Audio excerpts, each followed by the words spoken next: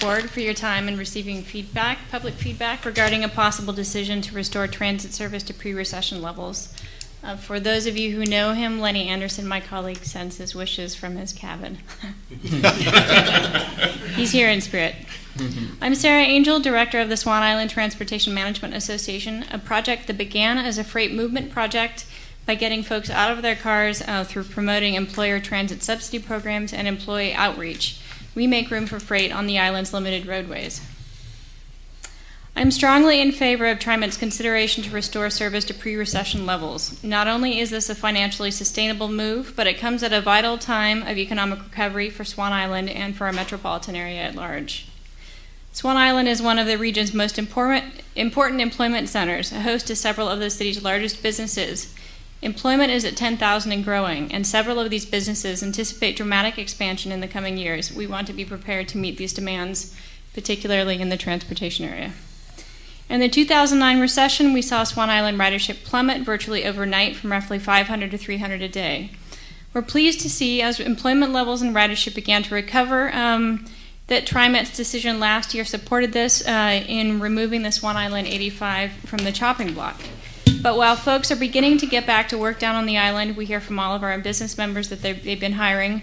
Jobs are still precious. We know from testimony that an employee's inability to get to work on time is a very real jeopardy to employment security, particularly for hourly employees. And although your decision at hand regards frequent service lines, this impacts other lines such as the Swan Island 85. The 85 line running from the Rose Quarter to the island during peak hours is our employees' crucial links to jobs. Many of our transit riders have multiple transfers. Many are unlicensed and are transit dependent. More frequent service to the Rose Quarter improves what would otherwise mean precarious connections. And of course, while we would love to see the 85 restored to 20-minute service all day, I realize this is a stretch. This is the next best thing. And I will add, it will enable my sale to Daimler to launch a subsidy program. It will make that all the easier. And helping businesses thrive by providing good employee access can translate to subsidy programs. And of course, subsidy programs generate more transit revenue. Thank you again for your time. Thank you. Hello, my name is Owen Ron Kelly, and I am the program director at the Lloyd Transportation Management Association in the Lloyd District. We represent about 90 businesses and about 13,000 district employees. We've worked very closely with Trimet since the mid-90s, and we've created a great working partnership. We have over 40 businesses and about 5,000 employees that participate in the Universal Pass Transit program, and we help orchestrate that for our district businesses, and we're very pleased for the success of that program, and in turn it's meant a lot of success for reducing employee vehicle trips. We also do a lot of other alternative transportation programs, and that piece, along with the Universal Pass, has been really successful, the key to our success. And so in that, with the cuts to frequent service for district buses primarily, it's been more difficult to sell those passes to our district employees. Unfortunately, they see less value in it with reduced service.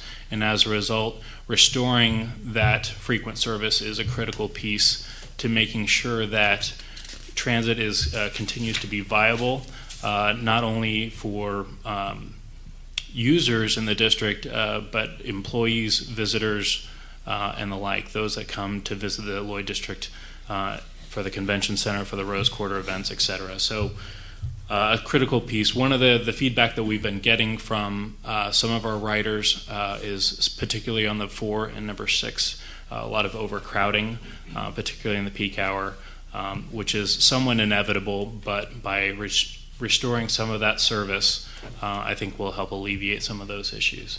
So thank you for giving us this audience and your time. Thank you. Thank you for coming, both of you. Really appreciate it. Bruce? Please. Oh, just a minute. I think you have a question here. For Owen? Yes. If you know, there's 3 large projects scheduled to be built in the Lloyd District. Right. And I don't have the numbers of apartments. Do you know Do you know how many people that you think they're going to add to that district? It's a good point. We've primarily been an employment district. We only, to date, we only have about 1,000 housing units in the district, and we're set to almost double that. I think within the three projects that I'm thinking of, it's one owner. And there's one owner. There's also another apartment complex close to the proposed convention center hotel location. And it's altogether, it's close to 1,000 units. So we're literally almost doubling our residential base. So that's going to open up a whole new wave of ridership. Our organization for years has been primarily focused on getting employees to and from work, but this is going to change everything. So we're excited about it. Thank you. Thank you. Good. All right. Next to Roseanne Marmer, I hope I've pronounced or got that correctly, with Home Forward, and Alex Hawk.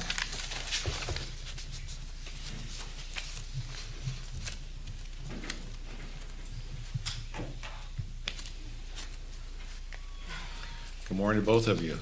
Good morning. So Roseanne? Thank you. My name is Roseanne Marmore, and I work for Home Forward. We are the housing authority for Multnomah County. I'm here to talk about the critical need to increase frequent service for people who live in our housing who have a low income. Home Forward is responsible for 15,000 households in Multnomah County.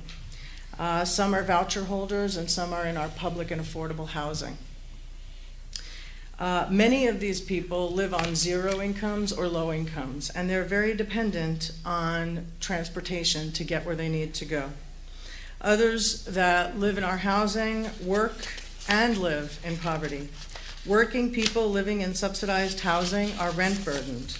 They pay more than 30% of their income for rent. Frequent bus service increases the ability to get to work and to be there on time, and it allows people the access needed to get to the grocery stores, doctor appointments, and to socialize and not be isolated, as was pointed out earlier. Trimet's frequent service lines link our residents to the downtown core, and the lines the 4, the 6, the 9, the 12, the 71, and the 72 directly affect the residents living in Home Forward housing. Increasing access to those services will directly affect the lives of our residents for the better. Currently, residents struggle with low wages that don't meet basic necessities. People who work make about $10 an hour, which is $20,800 a year, and that's your bank clerk or your grocery clerk.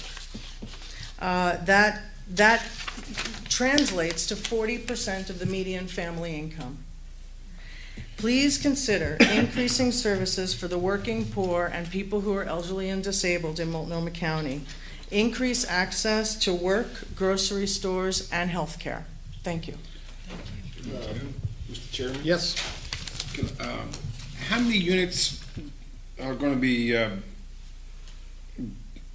built up there in southwest Portland, Hillsdale? 120 units are currently 120. being... 120. Okay.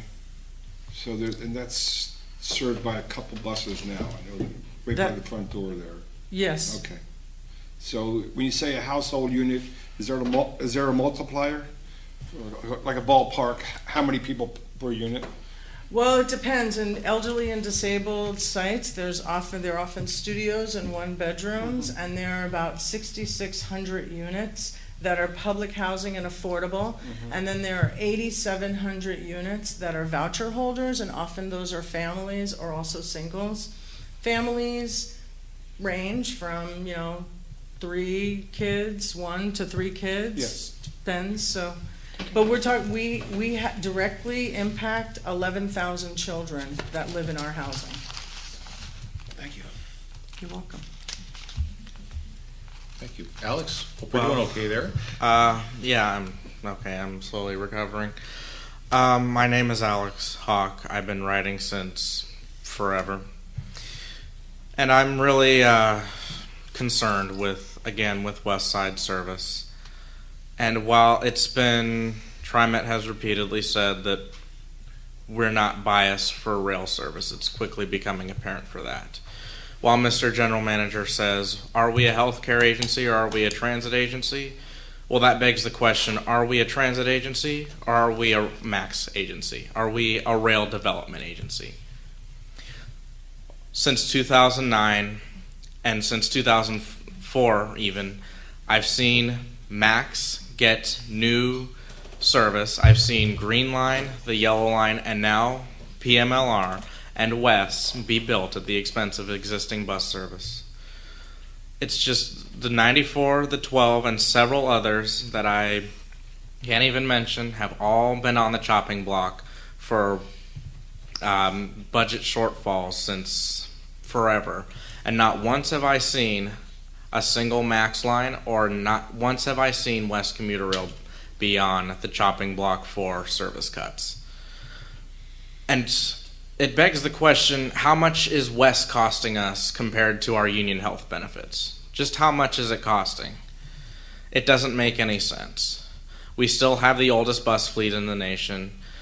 Okay, great. We're pulling out 3100s and we're continuing to buy new buses until our service, the average age of each bus is 8 years old. But why did it take this long to do that? Why did the recession delay bus purchase, but it didn't delay West's construction, which we still went several $1 million over budget on? And why did Max Green Line go forward during this recession? So we had 2 rail projects built during the recession, and we had 0 bus purchase. Yes, I realize that 2900s went into service around 2008, 2009, but that was only 40-ish, and those all went to Merlo Garage. I see a rubber stamp yes for all kinds of contracts for resolutions, but when are we actually going to make contracts with New Flyer again? When are we going to make contracts with Alexander Dennis Limited for higher capacity buses? Again, BRT would be much more profitable than a MAX line, and it would be much more cost effective. True, BRT costs more to run than MAX, but in the long run, I see BRT as being much less intrusive than a MAX line. Thank you. Thank you. All right. I have Patrick Stanley, who is with Transit Rider PDX. And the last one I had on the list was Lane Jensen, and I don't see Lane in the audience anymore. So I think you are our last speaker. Patrick, welcome. Thank you. Yes, thank you, Board, for opening the door and letting us people be able to walk in and listen to what's actually going on in the agency. I appreciate that. My name is Patrick Stanley. I run the Transit Rider PDX blog. I've been an expert of Trimet, studying it since I was 7 years old. I'm also a student at Portland State University, Business Administration Management, Human Resource Management, Supply and Logistics Management. I know how a business is supposed to run. And I've been someone who in the last 4 years of school has taken Trimet to Portland State. I've never driven my car to Portland State, and it's worked for me. But it's obvious that there's been issues over the last few years, and some of those issues we have little control over. The recession did take a hit on income tax revenue, and there's little that can be done about some of that stuff. But there's been issues when it comes to where priorities are, and I think that one of the main things is that I was looking at the mission and vision statement, which actually I noticed had just been revised over like the last couple weeks. And right now there's 6 key things on there that you're providing service that's safe, dependable, responsive, inclusive, accountable, and easy to use. And I think that some of those things that like the safety thing is a bullet thing where it's like, let's really focus on this. But I look at those as 2 things as being kind of questionable, and that's responsive and dependable. In management, we talk about responsive management as being the difference between proactive and reactive management. Proactive is taking a lead, looking for what's possible that could go wrong, and let's fix it now. Reactive is let's wait until someone like Joe Rose writes an article about it, and then let's fix it then. And let's say, oh, we've been working on this for a long time. Well, Whether or not in the back room that's happening, I don't know. And I think that that's something that needs to be addressed so that people can actually begin to trust that the best is what the people really need and what the city really needs is the best and is being taken seriously by the board, by management, and by anyone else involved. The other important thing is the dependability. There's a lot of lines that are designed terribly, like this line 6, which will always be off schedule, 14 minutes off schedule in the afternoon, just because there's no way to go outbound, there's no layover. And I think that if you read the Twitter comments that people have, and you'll find that what they really want is their service to be on time. Because I was in Denver. Buses arrived on schedule. You could ride across town for $2.25, 3-hour ticket. It's a $79 monthly pass. And not only that, they have a 15-member board of directors that's elected by the people, and they're building light rail almost faster than Trimet. It's possible. So I would like to see that. Thank you. Patrick, thank you for coming.